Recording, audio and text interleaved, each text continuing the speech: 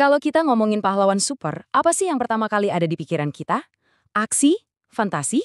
Tapi gimana kalau cerita-cerita itu sebenarnya jauh lebih dalam? Nah, hari ini kita bakal bedah gimana beberapa pahlawan super modern Indonesia itu ternyata bisa jadi cerminan kompleks dari dilema moral kita semua. Coba deh kita mulai dengan pertanyaan ini. Waktu kita nonton film-film superhero, apa kita benar-benar cuma cari hiburan aja? Atau jangan-jangan ada sesuatu yang lebih dari itu? Gimana kalau cerita ini sebenarnya kayak blueprint buat kita mikirin hal-hal rumit kayak sains dan moralitas? Yap, poin utama kita kali ini yaitu pahlawan super Indonesia yang baru ini, mereka ngasih kita semacam kompas moral buat ngadepin masalah-masalah di dunia nyata. Oke, biar lebih jelas, kita bakal bedah ini jadi 4 bagian. Pertama, soal sains di balik kekuatan mereka. Kedua, beban moral yang harus mereka tanggung. Ketiga, kita lihat musuh-musuh mereka yang ternyata nggak jahat-jahat amat. Dan terakhir, apa sih kekuatan sejati seorang pahlawan itu? Oke, kita mulai dari yang pertama ya, sains di balik kekuatan super. Ini kedengerannya agak aneh kan?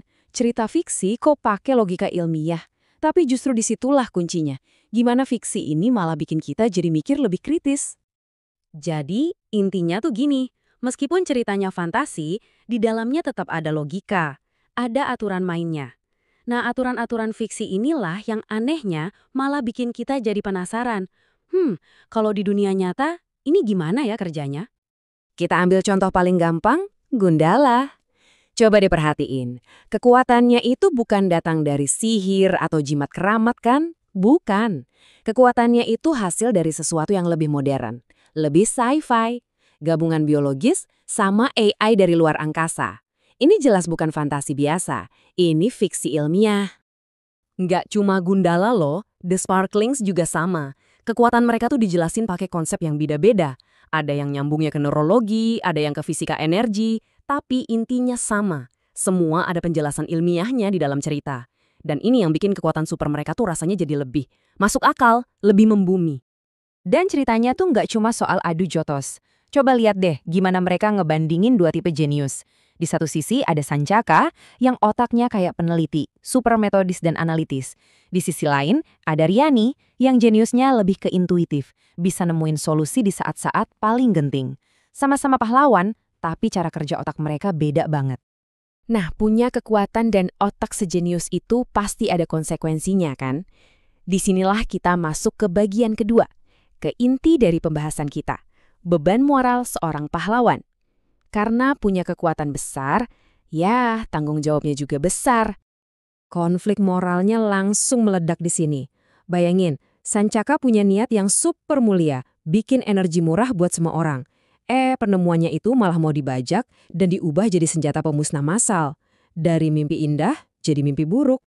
Dan ini nih yang bikin penjahatnya, si Pengkor, jadi menarik banget.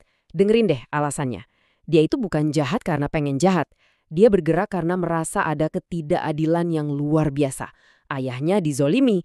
Nah, ini langsung bikin ceritanya jadi nggak hitam putih lagi, jadi abu-abu, jadi rumit. Dan beban ini benar-benar ngehantuin Sancaka. Perjalanan dia jadi pahlawan itu bukan soal ngalahin monster, tapi soal perang batin. Dia harus berdamai dengan tanggung jawab atas penemuannya sendiri.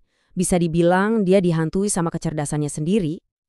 Kita juga lihat perjalanannya mirip, tapi mungkin lebih relatable. Di karakter Yani, dia ngalamin fase-fase yang manusiawi banget. Awalnya minder sama kekuatannya, terus pas bisa ngendaliin jadi sombong. Kesombongannya bikin bencana, terus dia nyesel banget. Baru deh dari situ dia belajar tanggung jawab, kekuatannya itu yang maksa dia buat jadi dewasa. Pahlawan yang kompleks, ya butuh musuh yang kompleks juga kan? Sekarang kita masuk ke bagian ketiga, kita bedah lebih dalam lagi para penjahatnya. Siap-siap karena motivasi mereka bakal bikin kita bingung mana yang benar, mana yang salah. Oke, kita lihat tabel ini. Ada 2 penjahat utama. Pertama, Pengkor.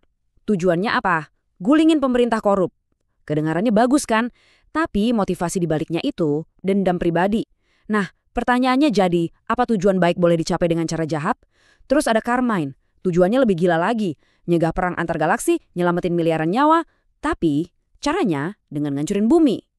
Jadi gimana tuh? Mereka ini bukan penjahat klise. Mereka bikin kita mikir, bukan cuma ngejudge.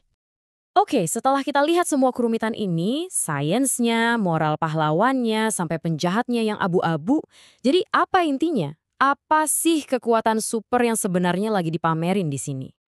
Jawabannya bukan petir atau ledakan suara. Bukan. Kekuatan sejati mereka, superpower mereka yang paling utama, itu adalah kompas moral di dalam diri mereka. Cara mereka mengambil keputusan di situasi yang paling sulit dan mustahil. Dan kompas moral itu punya pilar-pilarnya. Ada altruisme, yaitu gunain kekuatan buat orang lain, bukan buat diri sendiri. Ada tanggung jawab, berani nerima semua akibat dari perbuatan kita. Ada integritas, yaitu perang lawan ego dan rasa takut di dalam diri. Dan yang terakhir, kolaborasi, sadar kalau kita nggak bisa sendirian. Nah, inilah pondasi jadi pahlawan yang sesungguhnya. Jadi, pada akhirnya, apa sih yang mau diajarin sama mitos-mitos modern ini?